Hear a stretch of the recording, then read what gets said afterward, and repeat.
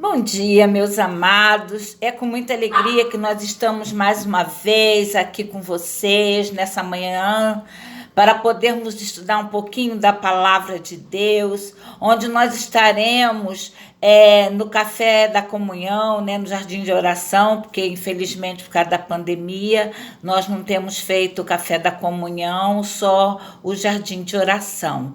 Mas o importante é nós estarmos juntos em oração, em aprendimento da palavra, para que nós possamos crescer, mesmo durante esse período em que muitas vezes somos impossibilitados de ir até a igreja, mas nós estamos sempre podendo crescer em Cristo Jesus através da palavra dele, através dos ensinamentos que nos são colocados pela sua santa palavra.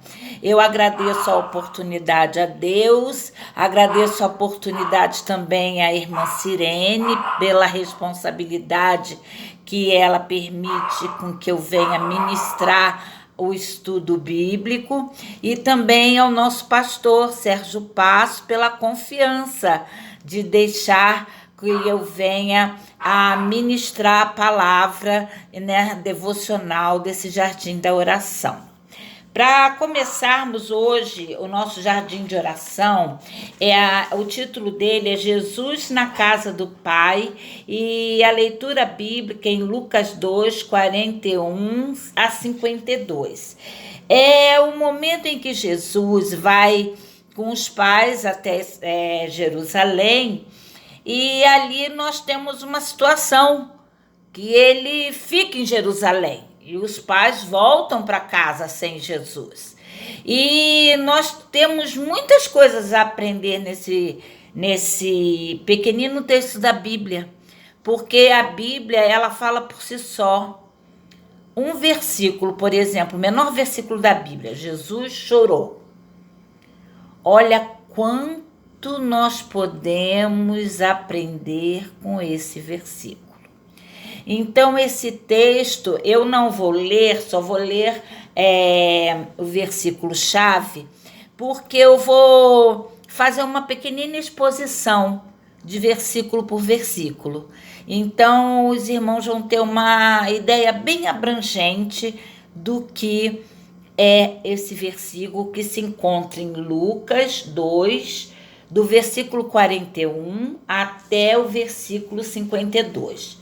Quem escreveu o texto de hoje é Auriesdra Moraes. E ela pegou o versículo 49 desse texto para ser o versículo-chave dessa devocional, que diz assim: ele perguntou: por que vocês estavam me procurando? Não sabiam que eu devia estar na casa de meu pai? O texto que ela deu, o título que ela deu a essa devocional é Jesus na Casa do Pai. Então, nós vamos começar pelo versículo 41. No versículo 41, fala sobre a ida de todos os judeus, os judeus que podiam naquela época, ir até Jerusalém.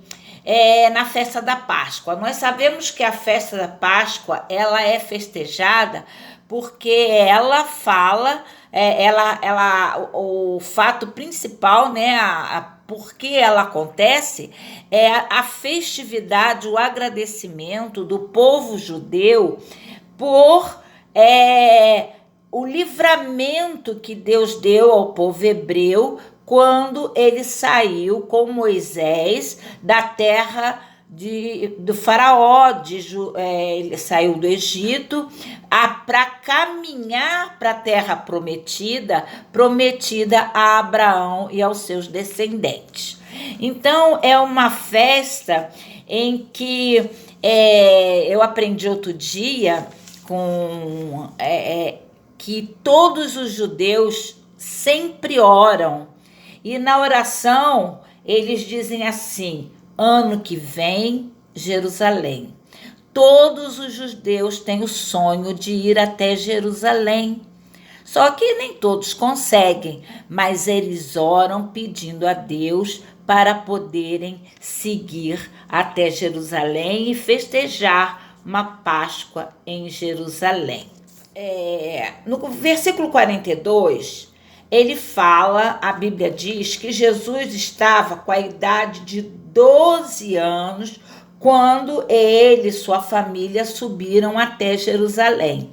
Nós sabemos que com 13 anos é feito Bar Mitzvah. É uma festividade muito importante para o judeu, para o menino judeu, vamos dizer assim, né?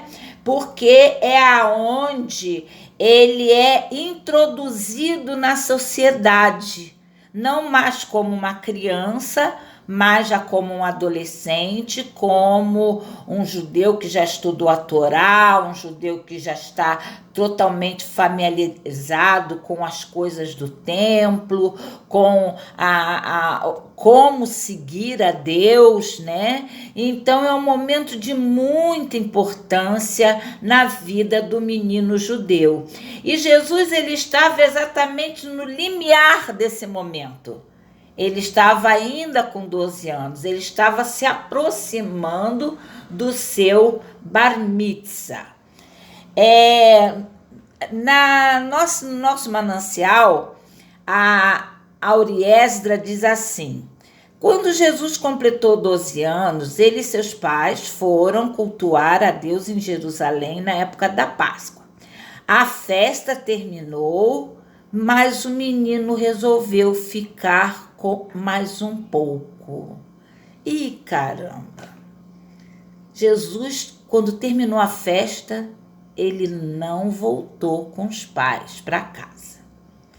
Jesus permaneceu em Jerusalém sem que seus pais soubessem que ele ficou. Aí a gente pensa, olha, vou deixar duas perguntinhas assim bem capciosas para vocês, mas nós vamos destrinchá-las durante a nossa fala. Ele permaneceu. Jesus foi desobediente em ficar em Jerusalém e não partir com os pais? Em segundo, vamos pensar pelos pais. Seus pais foram irresponsáveis, foram negligentes? Quem já perdeu um filho no meio de muita gente? Gente, eu já perdi. Eu não vou, não posso mentir. Eu estava no supermercado e o meu caçula, o Adam, o pai foi para outro departamento do mercado e ele foi atrás do pai. Eu vi ele seguindo o pai. Só que o pai não estava atento que ele estava indo com ele. E o Adam se perdeu no mercado. Um tempo depois, eu tranquilamente fazendo as compras, eu pensando que o Adam estivesse com o pai, eu fiquei, daqui a pouco chama assim, pelo alto-falante: a mãe de um menininho, uma roupinha tal, camisinha tal, bermudinha tal, por favor, se apresente. Essa criança se perdeu dentro do supermercado, ele está aqui na gerência. E olha, gente, eu não vou mentir, não. Eu pensei assim, que mãe irresponsável. Como é que perde um filho dentro do supermercado? E de quem era o filho? Eu aqui. O filho era meu. Bem, é uma história, né? Graças a Deus meu filho foi encontrado, mas é assustador. Seus pais perceberam sua ausência e ficaram preocupados. Procuravam por toda parte, mas não o encontraram. Por isso resolveram voltar a Jerusalém. Então agora eu vou explicar para vocês. Os pais de Jesus foram irresponsáveis? Não. Sabe por quê? Naquele tempo, as famílias, elas viajavam em caravanas.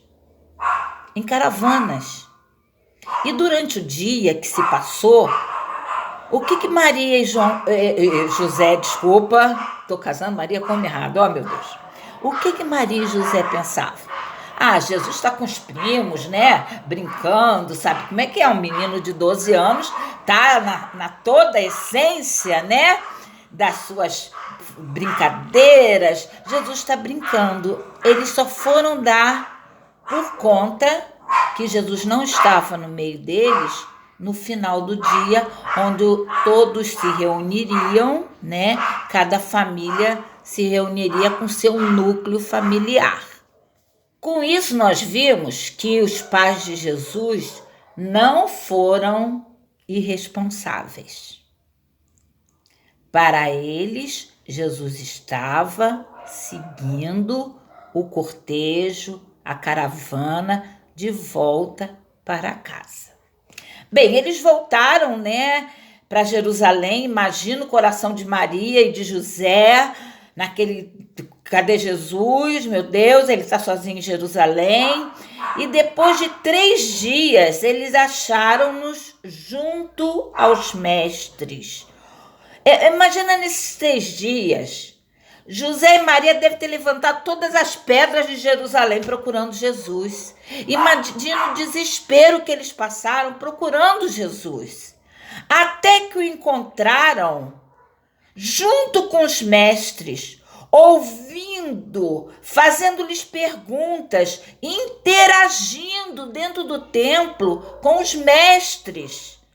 Seus pais tiveram um grande susto, mas logo ficaram tranquilos, pois o encontraram em segurança na casa de Deus. Olha só, eles encontraram o filho no melhor lugar que o filho poderia estar.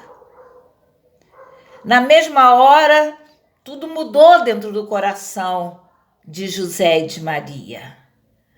Porque quando eles viram que Jesus estava ali, eles vendo as pessoas totalmente embebecidas com as palavras que Jesus falava, com tudo o que acontecia, como aquele menino tinha tanta autoridade. A vida de Jesus nos inspira a viver uma vida que glorifica a Deus. Essa passagem fala profundamente ao meu coração sobre a importância que o Senhor Jesus, mesmo ainda tão pequeno, dava à casa de Deus. Aí eu respondo a outra pergunta. Jesus foi desobediente? Não, não foi. Sabe por quê? Ele não viu o tempo passar. Ele estava tão feliz de estar ali falando das coisas do Pai, que ele não prestou atenção que o tempo passou, que ele deveria se encontrar com a família, que ele deveria continuar